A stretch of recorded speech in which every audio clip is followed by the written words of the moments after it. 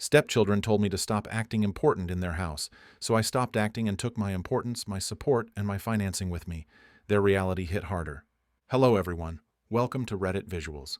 I used to believe that if you loved someone's kids hard enough, they'd eventually love you back.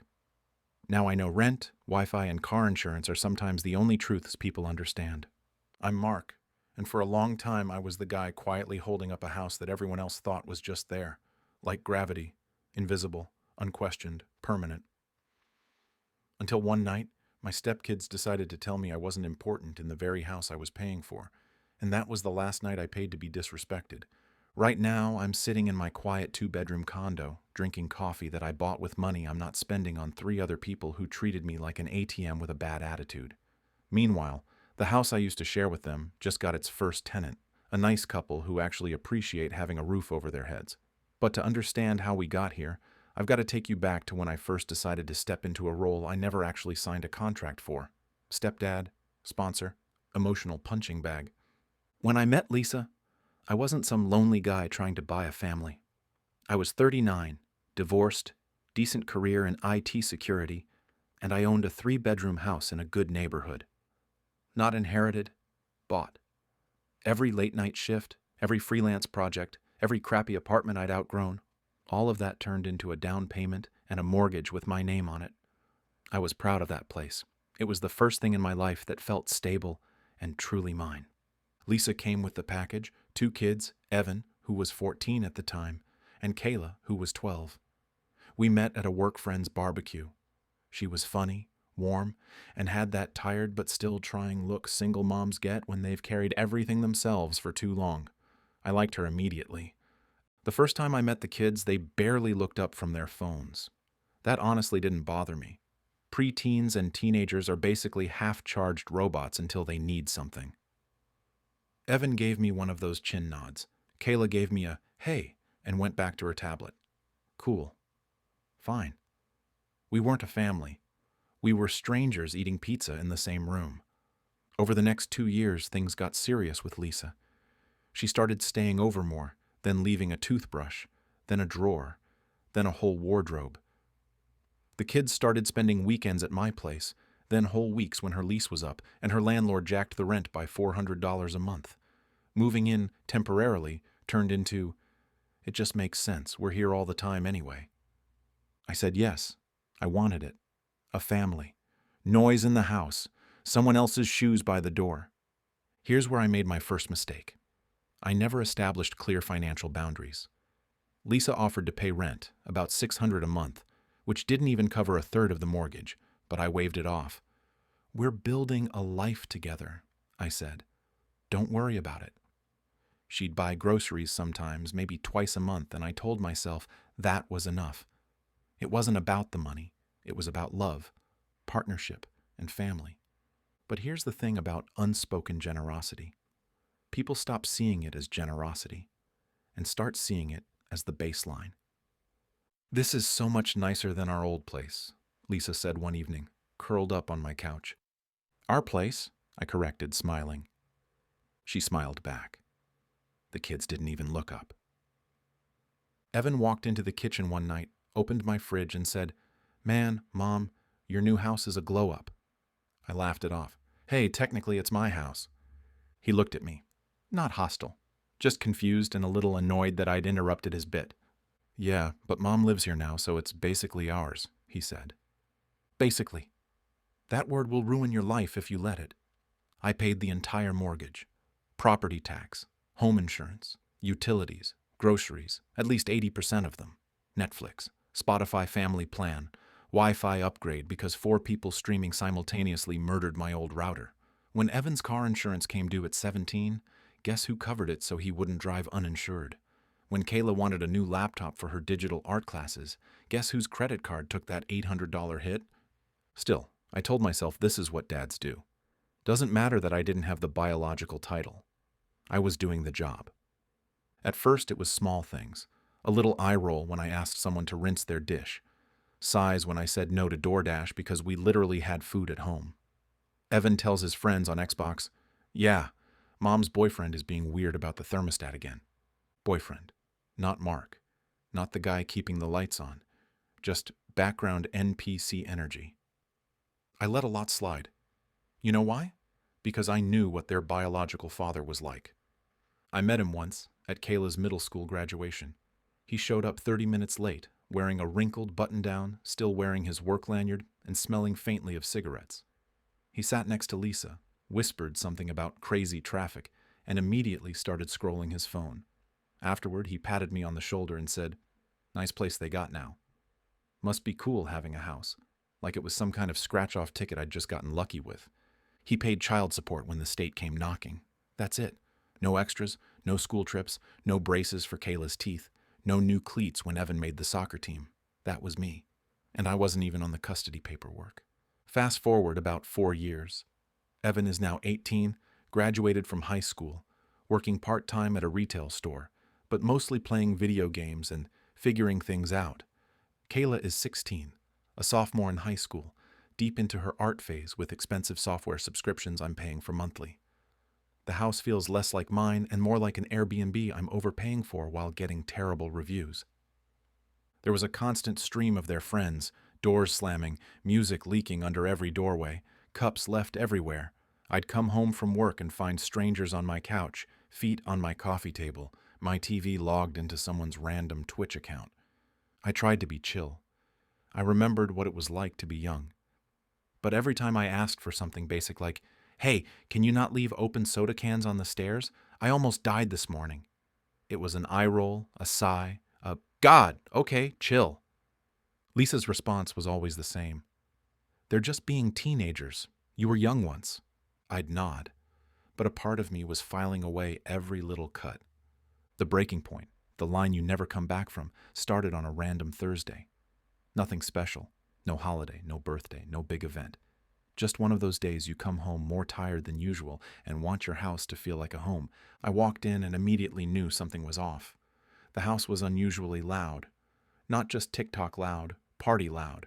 There were 4 extra cars in the driveway, one blocking mine, teenagers spilling out of the kitchen, music thumping from somewhere deep in the house.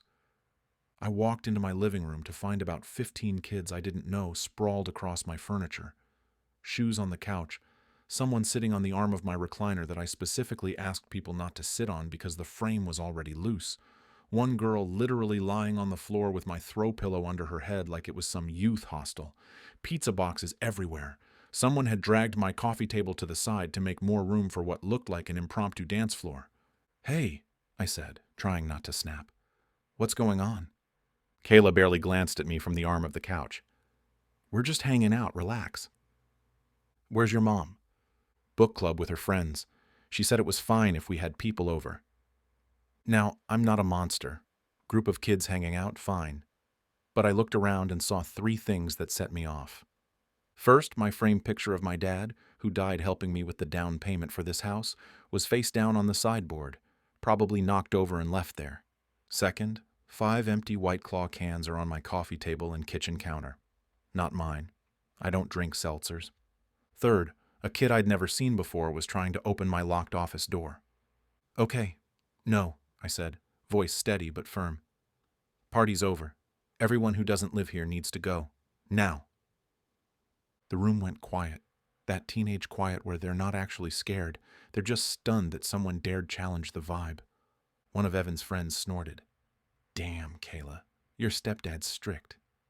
And Kayla, my sweet little almost adult artist whom I'd bought $300 worth of Procreate brushes for last month, looked up at me with that performative exasperation and said the sentence that changed everything. "Can you stop acting like you're so important in this house? Literally no one is going to die if we have people over. This isn't your kingdom." Someone laughed. Someone else muttered, "For real," under their breath.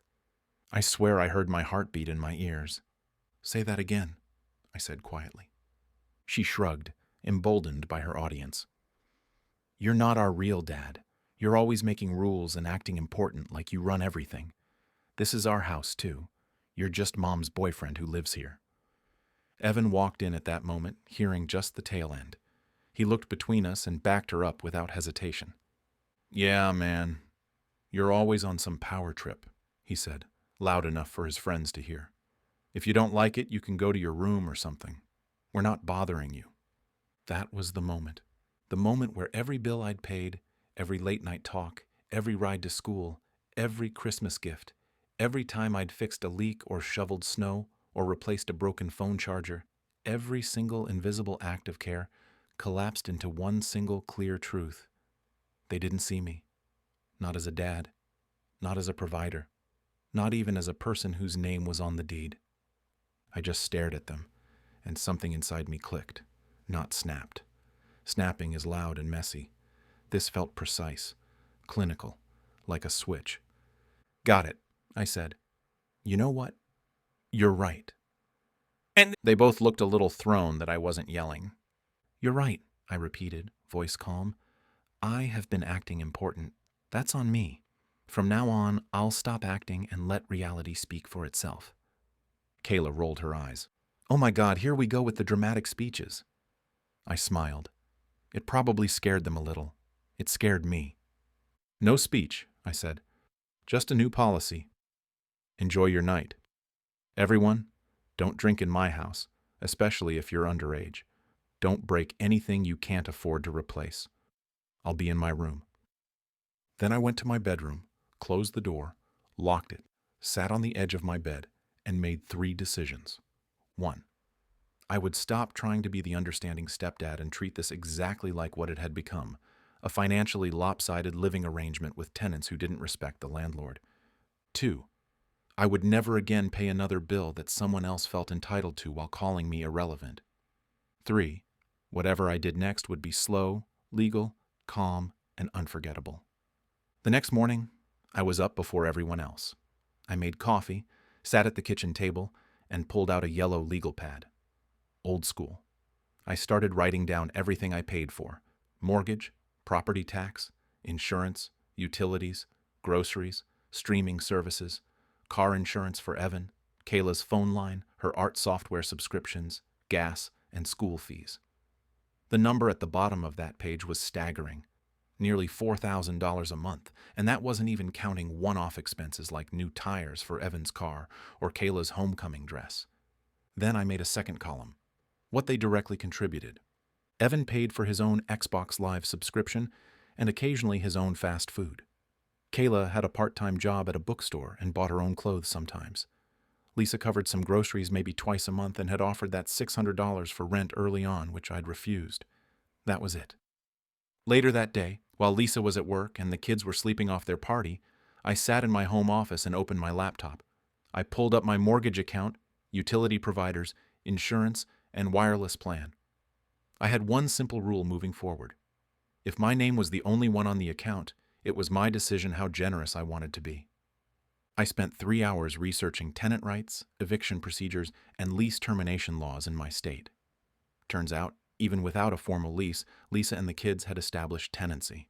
I'd need to give proper notice, 60 days minimum, but I decided on 90 to avoid any legal complications and not to be a complete monster. That afternoon, I texted Lisa at work. Can we talk tonight? Need to discuss house finances? She replied with a smiley and a, sure, everything okay? Depends on the conversation, I wrote back. At dinner, everyone was weirdly normal. Evan talked about a car meet he wanted to go to. Kayla complained about a teacher who didn't understand her artistic vision. Lisa looked tired and grateful that there was food on the table she hadn't cooked. When we were done, I cleared my throat. Family meeting, I said. Living room. Everyone. Evan sighed dramatically. Oh my God, what now? Everyone, I repeated. Now. They assembled, all 3 of them, like a very annoyed jury. I stayed standing. Better energy that way. So, I began. I've been thinking about what Kayla said last night. Her face went red. I was just mad, okay? I didn't mean. No, I said, holding up a hand. You were honest, and I appreciate that. You said I should stop acting like I'm so important in this house. And you're absolutely right. Importance shouldn't be an act. It should be reality. So I've decided to adjust reality to match how you see me. Lisa frowned. Mark, what are you talking about? I unfolded the legal pad and placed it gently on the coffee table. This is what it costs to run this house every month, I said. Everything from the roof over our heads to the Wi-Fi you guys live on. For the past 4 years, I've paid for roughly 95% of it without asking for much beyond basic respect. Clearly, that system isn't working. Evan shifted uncomfortably. Okay, so what? You want us to start paying rent now? In a way, I said. But more importantly, I'm done funding a lifestyle for people who think I'm optional. So here's what's going to happen, effective 30 days from now. I went down the list. Phone lines. I'm removing both of you from my family plan. You'll need to set up your own service. Car insurance, Evan. You're 18. You're an adult. You'll need to get your own policy or stop driving. I will not be liable for you anymore. Streaming services, premium subscriptions, Spotify, YouTube Premium, Kayla's Adobe Creative Cloud. All of that ends. If you want it, you pay for it. Lisa's eyes widened. Mark, come on. They're still kids. Evan is legally an adult, I said evenly, and Kayla is old enough to have a job and pay for the things she wants. They're both old enough to tell me to stop acting important. So they're old enough to learn what happens when the unimportant person stops quietly holding everything up. Evan scoffed. You can't just cut everything off like that. That's insane. Mom, tell him he can't do that. I turned to him. I own this house, Evan. My name is on the mortgage, the deed, the utilities, everything. Your mom and I share a life. But this structure, legally, financially, that's me. And since I'm just Mom's boyfriend who lives here, I think it's time we clarify what that actually means. Lisa tried to rally. This is extreme, Mark. This isn't how you handle family conflict. What's extreme, I said, my voice harder now, is being told I'm acting important in a house I've paid for entirely, while you three have treated it like a free hotel. What's extreme is working 50-hour weeks so everyone here can have what they need and being mocked for asking that my belongings be respected. I pulled out another piece of paper. This is a notice of lease termination. I'm giving you 90 days. 3 months from today, I need you three to find another place to live. The room went dead silent. Kayla's mouth fell open. You're kicking us out? I'm ending a living arrangement that doesn't work, I said, keeping my voice level. You told me this wasn't my kingdom. Fair enough. I'm taking my castle back. You'll have plenty of time to find something that fits your budget. Evan jumped up. You can't do that. Mom, he can't just throw us out on the street.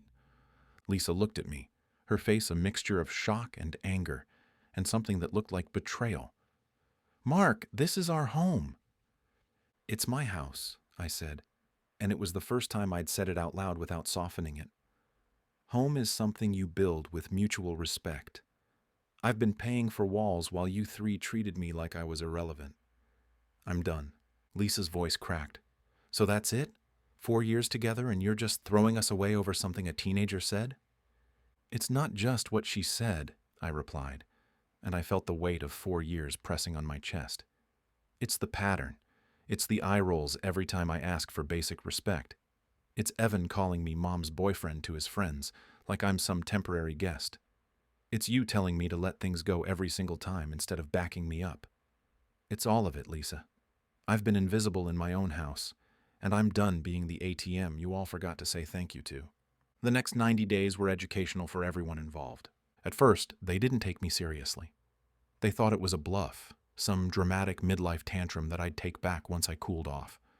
But I followed through on every single thing. 30 days in, Evan's phone stopped working. He came storming into the kitchen, waving his dead iPhone like it was evidence of a crime. My phone's not working. No calls, no data, nothing. What did you do? I removed you from my plan like I said I would, I replied calmly, not looking up from my laptop. You're an adult. You can open your own account. I don't have money for a phone plan. I make like $9 an hour. Then I guess you'll need to pick up more shifts or find a cheaper plan, I said. There are prepaid options for $30 a month. Very manageable. He stared at me like I'd suggested he live in a cave. This is insane. Mom! Lisa, who was sitting at the table with her own coffee, said nothing. We'd had several very loud arguments in private. She knew I wasn't budging. Evan slammed his useless phone on the counter and stormed out. Next was Kayla's art software subscription expiring. She came to me with actual tears in her eyes. My Photoshop isn't working. It says my subscription expired. And my Procreate cloud backup. I can't access any of my files. I canceled the autopay, I said, and I kept my voice gentle because, despite everything, I didn't want to hurt her. We talked about this. But my portfolio for my college applications will still be there when you're ready to take responsibility for it, I said. I'm not deleting anything. I'm just not paying for it anymore.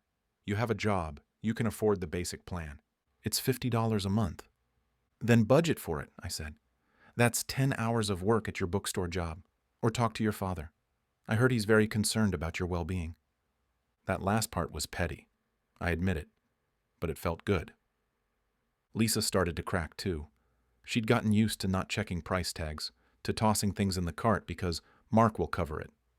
Now, when we went grocery shopping, I paid for my own basics and handed her the rest of the receipt. This isn't how a family works, she snapped one night, staring at a $140 grocery bill that was now her problem. No, I said. This is how a business works. And that's what you made this when you decided my role was optional, and my contributions were invisible.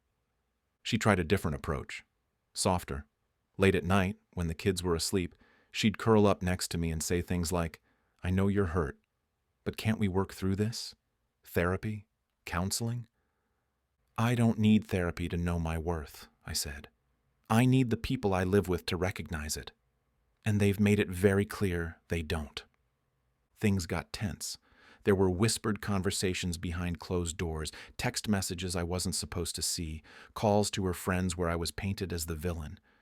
I didn't care anymore. Let them rewrite history. The bank statements didn't lie. Around day 60, Lisa's ex-husband finally made an appearance. He showed up in his dented SUV on a Saturday morning, walked around the yard like he was appraising the property, and knocked on the door with this self-important energy. I answered. We need to talk, he said, puffing his chest out like he'd been elected spokesperson. About? About you kicking my kids out of their home, he said. What kind of man does that? I leaned against the doorframe. The kind of man who spent 4 years paying for someone else's kids while being told to stop acting important. How much are you contributing to their next place, by the way? His face reddened. That's between me, Lisa, and... So nothing, I said. Got it. Anything else? You're a real piece of work, you know that? And you're a real piece of something too, I replied.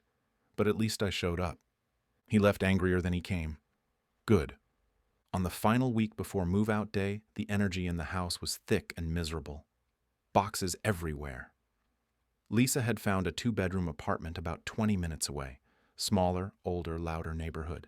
The kids would be sharing a room for the first time in years. It was all they could afford on her income, plus whatever her ex sporadically contributed. I watched them pack, angry and hurt and bewildered. Part of me wanted to cave, to say, fine, forget it, stay.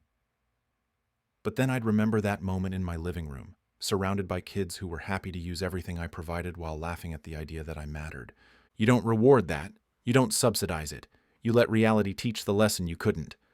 On moving day, I helped carry boxes. Not because I had to, but because I'm not a monster. Evan wouldn't look at me. Kayla cried quietly in the front seat of her mom's car. Lisa gave me one last look before she drove away, something between heartbreak and resentment. I stood in the driveway and watched them leave. The house felt enormous and silent. That first night alone, I walked through every room. No random shoes by the door, no half-empty cups on every surface, no music bleeding through the walls. Just silence. Heavy at first, then peaceful. Like taking off a backpack you didn't realize had 50 extra pounds in it. I listed the house for rent the following week. A nice couple in their 30s took it, both teachers, respectful, grateful. They signed a lease, paid a deposit, and treated the place like it mattered because they knew what it cost to have it. I moved into a 2-bedroom condo closer to my office. Smaller mortgage, no yard work, no ghosts of people who didn't appreciate me. My space, my rules, my peace. About 3 months after they moved out, I got an email. It was from Evan. Subject line. So, yeah. I almost deleted it. Curiosity won. He wrote, I get it now. I didn't before. I thought houses just stayed. I thought bills were just something that happened in the background. Rent is insane. Utilities are insane. Mom is stressed all the time and she cries when she thinks we can't hear. Our new place is small and the walls are thin and the neighbors are loud and I would kill for your stupid lectures about turning off the lights. I'm not saying sorry because I want anything. I just didn't understand how much you were doing. You didn't deserve how we talked to you. That's all. I read it 3 times, printed it, filed it in a folder I keep on my desk. I waited a week, then replied, "Thank you for saying that. It means more than you think. I hope you're learning what it means to stand on your own and to value the people who show up for you. I'm not your enemy. I never was. But I won't be your invisible safety net again either. I wish you all the best." He never replied. He didn't have to. I heard through mutual acquaintances that Lisa eventually found a roommate to split costs. Kayla picked up more hours at the bookstore and started selling her art online. Evan got a second job. They're surviving. Maybe even learning. As for me, I'm better than I've been in years.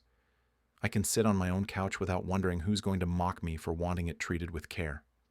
I open my fridge, and everything inside it is something I chose to buy. When I stand in my living room, I know exactly how important I am in this space because if I walk out, the only person affected is me. Do I miss the idea of family? Sometimes. I miss what I thought we were building. I miss the version of those kids I imagined would grow up and see me as someone who mattered. But if I had stayed, kept funding everything while they tore me down, I would have been teaching them the worst lesson of all, that you can treat someone like they're nothing and still expect them to give you everything. So that's my story. Stepchildren told me to stop acting important in their house. So I stopped acting, took my importance, my support, and my financing with me, and let reality hit them harder than any lecture ever could. Now I've got to ask you, was I wrong for what I did? Was pulling my support and making them move out a cold overreaction? Or was it the only way to make them understand the weight of what I'd been carrying? What would you have done in my place if your stepkids told you to stop acting important in the house you were paying for? Drop your thoughts in the comments. I genuinely want to read your verdicts and your stories, especially if you've been in a blended family situation where respect became a currency nobody wanted to pay. And if you enjoyed this story and want more Reddit drama like this, please don't forget to like the video and subscribe to the channel. It really helps Reddit visuals grow and brings you more stories to judge. Thanks for watching.